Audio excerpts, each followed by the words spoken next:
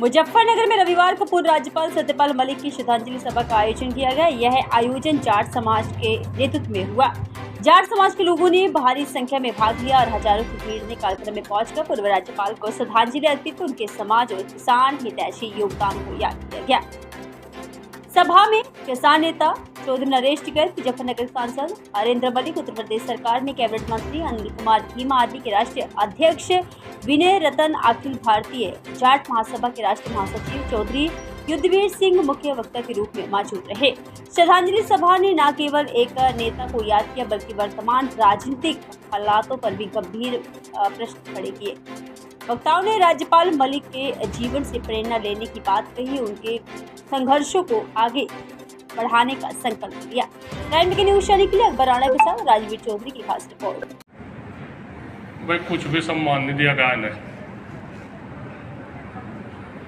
हम दिल पे दुख हुए वहाँ से, जैसे आदमी जो 5 राज्यों के गवर्नर रह गए हो, सांसद भी रहे, विधायक भी रहे,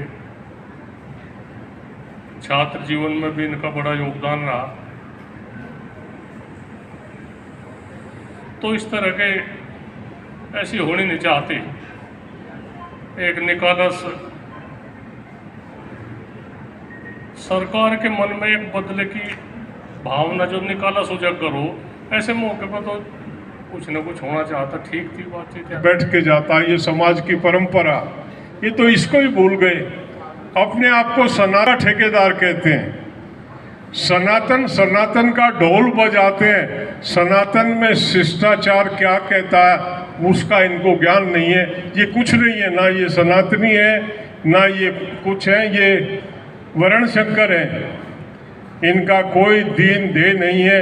ये यूज करते हैं, इस्तेमाल करते हैं, किसी भी उसको फेंक देते हैं। वो इनका चरित्र है। इन्होंने वही अपना दर्शाया। वो व्यक्ति 23 साल इस पार्टी में रहा, इस पार्टी का उपाध्यक्ष रहा, इस पार्टी के माध्यम से 5 राज्यों का गवर्नर रहा और फिर आखिर में इन्होंने अपनी मानसिकता का परिचय दिया। मैं फिर ये कहता हूँ कि सतपाल ऐसे घटिया लोगों के सम्मान की तो अपेक्षा भी नहीं करनी चाहिए, जिनकी ऐसी मानसिकता हो। जहाँ जिस दल में आदमी अपनी आवाज नहीं उठा सकता, जिस दल में आदमी के बोलने पे प्रतिबंध है और अगर आदमी बोलता है तो उसको इस तरह की सजा दी जाती है, उस दल में जो भाई हैं उनका भगवान मालिक है, ईश्वर उनको सद्बुद्धि दे और वो सोचें और समझें। हम आप सब आज सत्य जी को अपनी श्रद्धांजलि देने के लिए इकट्ठा हुए। उनको सच्ची श्रद्धांजलि ये होगी कि आज की इस घटिया राजनीतिक परिवेश में उस भाई की तरह से सच्चाई के साथ खड़े हो, अपनी आवाज को बुलंद करो। वो सच्ची श्रद्धांजलि होगी। अगर दब्बू और चापलूस बन के ऐसे ही पूंछ हिलाओगे तो मेरे ख्याल से उनकी आत्मा को दुख होगा।